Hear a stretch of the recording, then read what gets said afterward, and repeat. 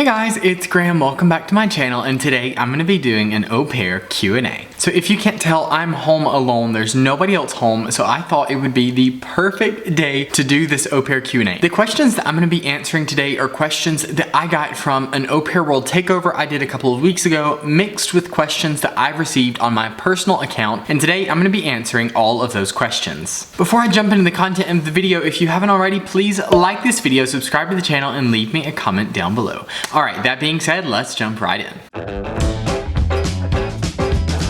Before I answer the first question, if you have any questions that I don't answer in this video, let me know down in the comments below, and be sure to follow my Instagram so you can send me a DM. I respond to those every single day, and I promise I will respond to your question. Okay, first question. This one is from Islander Kirk, and it says, what agency/website did you use to find your host family? I used AuPairWorld.com. I've made 3 videos for them at this point. You can go and check those out over on their channel. They are incredible and they're free for au pairs. Question number 2 is from Andrea.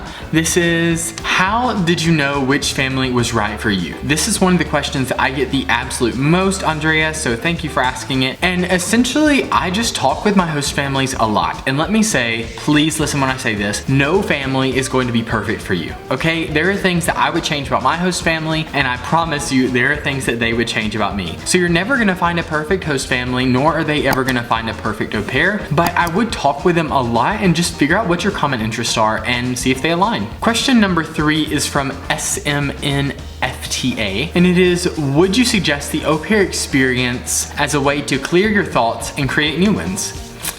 I don't know. I don't know that I would suggest it for that, because being an au pair is a lot. It is exhausting, it's expensive at first. So if you're not entirely sure that you want to do it, if you're not 100% sure, I really don't know that I would do it. I think one of the greatest things about it though is if you're unsure about college, if you're unsure about what you want to do next in life, it can give you a really good break to see a bit of the world and do that. But I would be positive that you want to be an au pair, maybe not about the rest of it. You don't have to be sure about what you want to do afterwards, but be sure that you want to be an au pair before you become one. The next question is from Jimenegi. Probably said that wrong.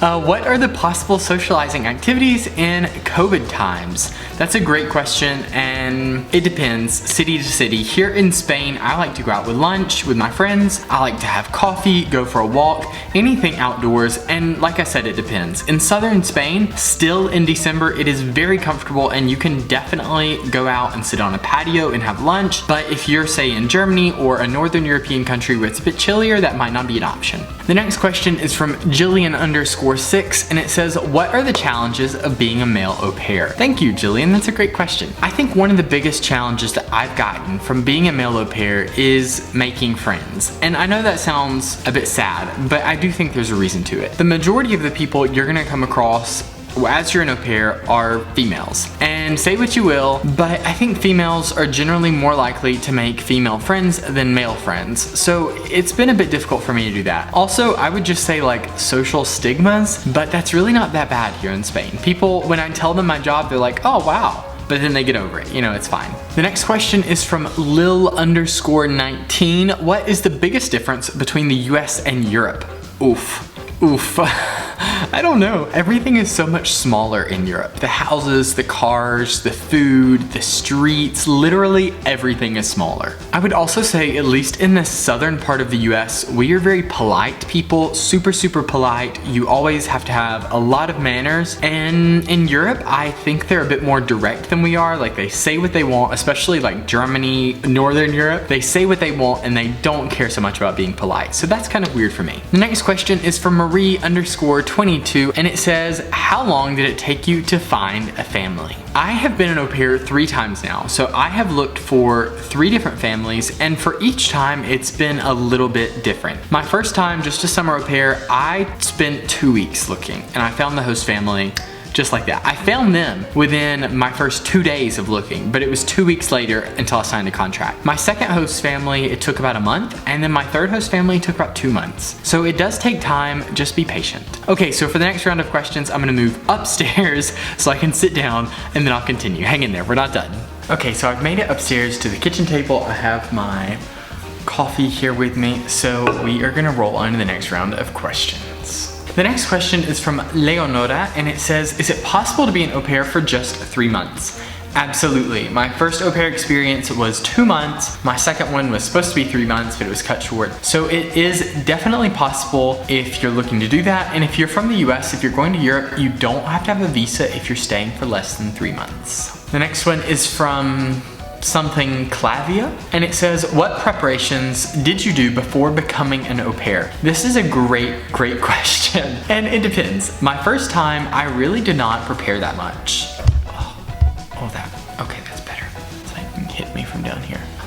Yeah, my first experience, I really didn't do that much preparation. I didn't think about it. I was just so excited to get there that all I thought about was getting there. But it was just 2 months. Now for my year-long stuff, what did I prepare? Bills. I made sure that I wasn't gonna be paying any bills that I didn't need anymore. I've had my mail forwarded to someone back home or digitalized. I mean, I don't have that many responsibilities back in the US. I worked as a photographer, so I didn't have a set 9-to-5 job, so I didn't have to do that much preparation.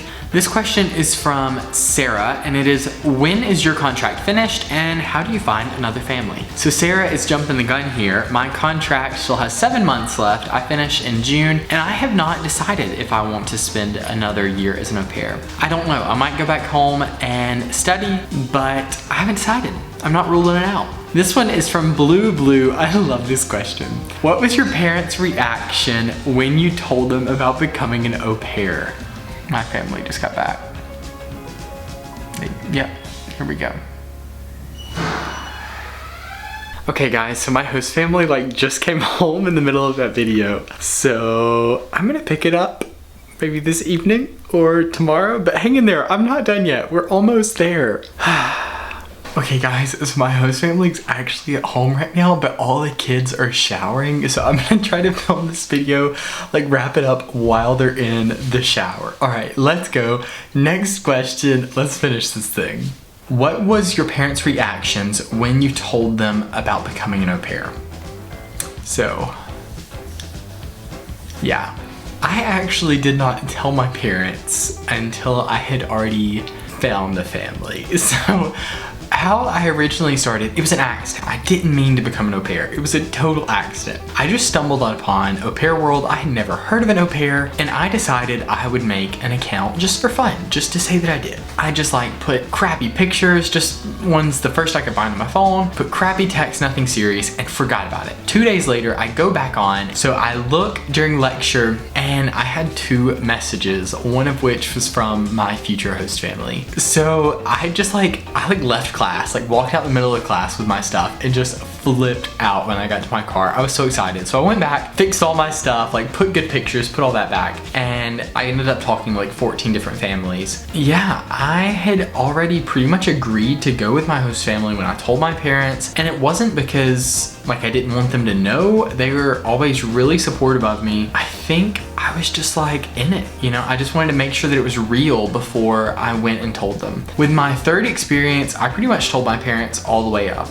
They've known since the beginning this is something I wanted to do, and they've been really supportive, thankfully. My biggest advice, if your parents are against it, is to lay out all the good things. For one, you're probably going to learn a language, you're going to have time to mature and spend time abroad, you're going to make connections, make new friends that you would have never had the chance to make beforehand, so I would just highlight the good stuff. The next question is from Becca. It says, I'm considering becoming an au pair in Italy. Any tips for my first trip abroad? My biggest tip for any au pair stay, or any study abroad for that matter, is to be sure it's what you really want. I can even say, here I am, I know that I've wanted to be an au pair, I've always known it, but it is tough. There are days where I just want to get on a plane and fly back home. It's really tough. So I think if you're unsure of your decision and then you go, it's gonna be really hard for you to settle and make a life for yourself. Okay, just a few more questions and then we'll wrap up the video.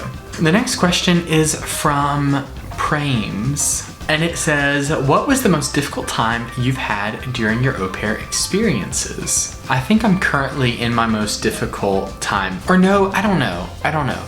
So before I got to come to Spain this time, I originally started applying for my visa back in March before the virus. So I found my current host family in February of last year, and as soon as I got home from Europe in February, I started the process. About halfway through the process, the virus hit and Spain stopped issuing au pair visas. So there was about 4 months there to where I was really unsure whether I was even gonna be able to come at all. And it was really stressful because it was like this whole year that I had banked so much of my time and my money on was completely up in the air. So that was a really difficult time. And then I also think now, being that I can't go home for Christmas, I can't see my family, that's difficult as well, but I'm gonna work through it. It's gonna be okay.